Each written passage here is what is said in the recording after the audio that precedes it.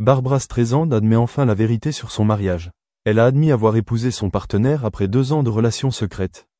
Cela a rendu tout le monde très heureux. À l'âge de 82 ans, alors que la plupart des gens croient que la vie d'une femme est complète et que rien ne peut faire battre son cœur aussi fort que dans sa jeunesse, Barbra Streisand, la célèbre chanteuse, actrice et productrice, a ému et surpris le public lorsqu'elle a officiellement admis un secret d'amour qui était caché depuis 2 ans. Elle avait épousé discrètement son partenaire actuel lors d'une petite cérémonie privée et simple. Cette nouvelle rend non seulement les fans heureux, mais apporte également un sentiment rare de chaleur, une histoire d'amour tardive mais pleine d'émotion et d'humanité. Barbra Streisand, la femme qui a conquis le monde avec sa voix puissante et son jeu sophistiqué, a toujours été un symbole de force, de personnalité et de fierté. Elle a connu une série de relations tumultueuses, notamment son mariage avec l'acteur Elliott Gould de 1963 à 1971, une relation qui s'est terminée dans les larmes, mais qui lui a laissé un fils talentueux, Jason Gould.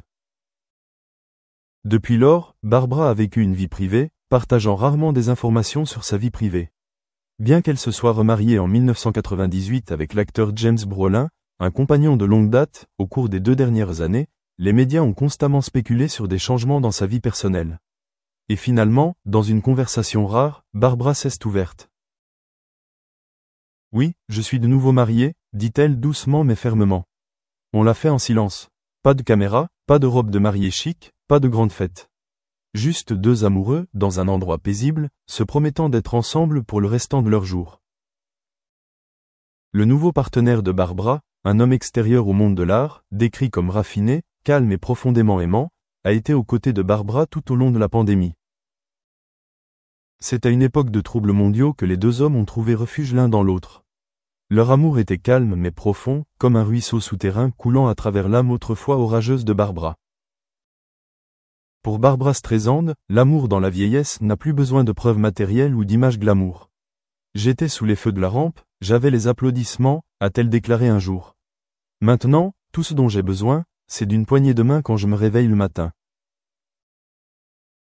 C'est cette simplicité qui a donné à son mariage secret un sens plus profond, non seulement un témoignage d'amour éternel, mais aussi une affirmation du choix de vivre à sa manière, sans courir après les projecteurs, sans plaire à l'opinion publique, mais simplement en étant fidèle à son cœur. Lorsque la nouvelle a été annoncée, la famille de Barbra, en particulier son fils Jason Gould, a exprimé son soutien et sa joie. « Ma mère mérite d'être aimée, et je ne l'ai jamais vue aussi paisible », a partagé Jason dans un message émouvant sur les réseaux sociaux. Les amis proches de Barbra, dont de nombreuses célébrités telles qu'Oprah Winfrey, Whoopi Goldberg et Robert Redford, lui ont tous adressé leurs félicitations et exprimé leur admiration pour son parcours vers le bonheur. Le fait qu'il ait fallu des années à Barbra pour s'ouvrir à nouveau après ses déceptions émotionnelles montre que l'amour n'arrive pas toujours au bon moment, mais qu'il arrive toujours à la bonne personne pour une raison. Elle a connu la solitude derrière les projecteurs, le vide après des performances glorieuses et des doutes sur sa capacité à aimer à nouveau. Mais son partenaire actuel, qui a été là pour elle comme un ami, un conseiller spirituel, l'a doucement tiré de ses silences, non pas avec des promesses, mais avec une présence constante et compréhensive.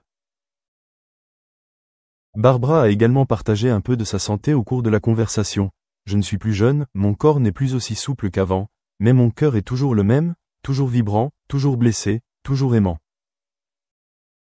Elle avoue avoir été confrontée à l'anxiété liée au vieillissement, à l'oubli des médias et surtout au sentiment d'être laissée pour compte dans un monde toujours en quête de nouveautés. Cependant, c'est son mari actuel qui l'a aidé à dissiper ce sentiment en l'écoutant et en lui faisant sentir qu'elle était toujours appréciée, non pas pour sa célébrité, mais simplement pour qui elle était. Cette histoire d'amour a non seulement apporté de la joie à Barbra, mais a également inspiré des millions de personnes à travers le monde, des personnes qui pensaient autrefois qu'aimer à nouveau était impossible.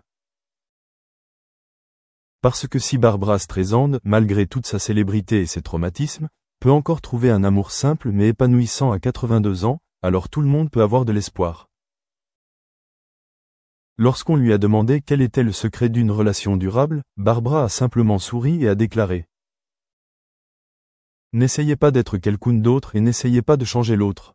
Aimez avec compréhension et gardez le silence au bon moment. » Ainsi, d'une femme autrefois qualifiée d'inaccessible et de froide, Barbra Streisand apparaît aujourd'hui comme le symbole d'un amour tardif mais durable, un témoignage que le cœur humain peut s'ouvrir à tout moment, pourvu que quelqu'un frappe au bon moment. Barbra Streisand n'a jamais été du genre à montrer ses émotions privées en public. Tout au long de ses décennies dans le domaine des arts, elle a été une icône parfaite sur scène, forte, indépendante et fière. Mais derrière ce halo se cache une femme qui a connu beaucoup de souffrances émotionnelles, qui s'est sentie seule même lorsqu'elle se tenait parmi des milliers de spectateurs qui l'applaudissaient. La plus grande tristesse que Barbra ait jamais confiée n'était pas l'échec de sa carrière, en fait, elle échouait rarement dans le domaine artistique, mais la solitude qui couvait dans son âme. Je me demandais si quelqu'un m'aimerait un jour si ce n'était pas pour Barbra Streisand. I'm sorry if I've taken so much of time. I'm so passionate about this topic because at a personal level, also as a psychologist, also, I get thousands of cases, where students feel so underconfident that I have a degree, what is my ROI for a course with the university? And I always ask them, what do you mean by ROI in terms of happiness or money? So I think career or job skills is much beyond what we actually see. Sure. Thank you. Thank you, Professor. Wonderful perspective. I'm going to use this word interwoven learning in some of my other talks. So thank you for that. Thank you for that. Maybe there was a comment from Professor Kalyani Samanshre on how they are doing it, and professor spoke about how they are leveraging assessments as one of the ways. So here are a few things that we have noticed. I think one is, of course, in an online digital learning platform, especially when you talk of job-ready skills, one of the core things is to have an assessment that allows for skills to be built, right? So one is to have an assessment which allows you to pass an exam or get a credit. Other is for you to figure out what skills have you developed. So one of the things that the platform that we today have allows for a student to see is that, oh, I have studied this, or I have done this course, or I have done this submission. And by doing so, here are the skills that I'm developing. Now that skills taxonomy is exactly the same thing that an employer looks for, right? So a course or a content or an assessment or your work is translated back into a certain set of skills. We call it skill sets. That's the term that we use. So individuals can see where they are. So if I have something as simple as I have an aspiration to be a developer and I want to be on the mobile developer side, or I want to be a data scientist, but and that's my career path that I want to choose. So what the platform does is that it tells you where you are. These are the core skills that you're required to do there. And based on the courses that you've taken, here is the level of skills that you've developed. And here are the few other courses that you could do to move from, let's say the required level is 60 or at 40 in order to cover these 20. Here are the courses and the chapters which you cover, which will develop those skill gaps and enhance your ability to move forward. So we combine the ability of assessments, the courses, and translate that back into skill sets. So that's something that we've announced very recently on the platform, which we are seeing great traction with students. The other one, of course, Professor spoke about the context of gratification, right?